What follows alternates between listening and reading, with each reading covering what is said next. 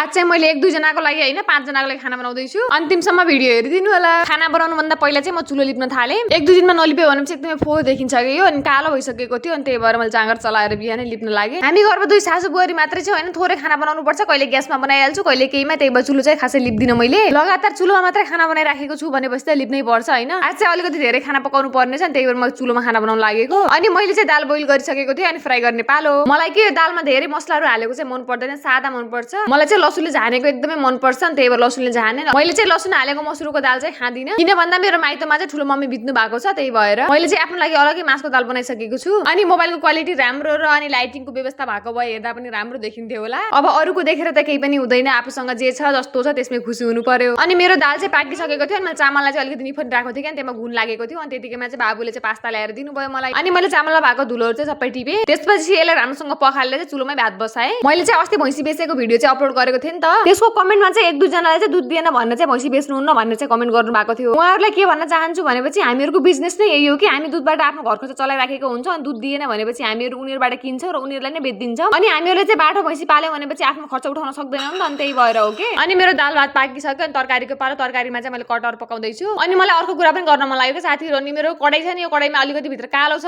अनि यसमा पनि 1-2 जनाले कमेन्ट गर्नु भएको थियो कि अनि कडाई चाहिँ कालो भयो भनेर। यो कडाई चाहिँ हाम्रो पालाको होइन नि त, हाम्रो सासूको पालादेखिको हो। उति बेलादेखि यसलाई चाहिँ आगोमै जलाउने गरेको थियो के। घरमा के पूजाहरु भयो केही पनि भयो भनेपछि हामी यसमै चिल्लो रोटीहरु बनाउँछौं अनि चिल्लो रोटी बनाउने भाँडा चाहिँ यस्तै कालो नै हुन्छ। आजभोलि मैले यसलाई घारो लगाउने गरेको छु र अलिकति राम्रो भएको त, पहिला त झन् कालो मात्रै कि कालो थियो। अनि यो कडाईमा बचेको कालो चाहिँ जति घोटे पनि जान्न के साथीहरु यस्तै हो। अनि यो मेरो कडाईलाई चाहिँ इग्नोर गरिदिनु होला कि। अनि यो तरकारी छोपेको थाल पनि कुच्चेको देख्नु भएको होला कि, कसरी कुच्चियो भन्नु होला, यो चाहिँ बाख्रालाई टेक दिएर कुच्चेको हो के। अनि यिनी भाँडाहरु चाहिँ कहीँ बाहिर छ भने कसैले पनि उठाएर भित्र राखिदिनु हुन्न, खाना खानुहुन्छ बचेको भात चाहिँ लगेर बाख्रा भैँसीको मुखतिर छोड्दिनु हुन्छ हैन। उनीहरुले कुचेर चाहिँ त्यही भाँडा चाहिँ मेचर मेचर बनाएर पनि उठाएर कसैले पनि ल्याउँदैनन्। अनि साथीहरु हेर्न सक्नुहुन्छ मेरो खाना चाहिँ रेडी भइसक्यो है। अनि खाना खाइसकेर पनि जुठो भाँडा माझ्दै छु। खाना बित्तिकै भाँडाहरु खाली भएर चाहिँ धोयो भनेपछि कस्तो आनन्दै लाग्छ कि, फेरि खाना बचेर चाहिँ साँझ धुनु पर्यो भनेपछि त कस्तो झ्याउ लाग्छ। एउटा यो भाँडा धुने काम र यो लुगा धुने काम चाहिँ सक्यो भने चाहिँ कस्तो मन हलुङ्गो हुने के। अनि मलाई धेरै जनाले चाहिँ हजुरको कास्ट के हो भनेर पनि सोध्नु भएको थियो। माइतीहरु चाहिँ नेउपाने हुन्, पोइलीहरु चाहिँ भण्डारी। अनि मेरो घर चाहिँ लम्की राजीपुर हो। मेरो ब्लग चाहिँ को कहाँदेखि हेर्दै हुनुहुन्छ कमेन्टमा लेखिदिनु होला। मलाई फलो नगर्नु भएको साथीहरुले चाहिँ फलो पनि गरिदिनु होला। त साथीहरु आजको लागि यति नै, भेटौँला अर्को ब्लगमा, त्यतिसम्मको लागि बाइ बाइ।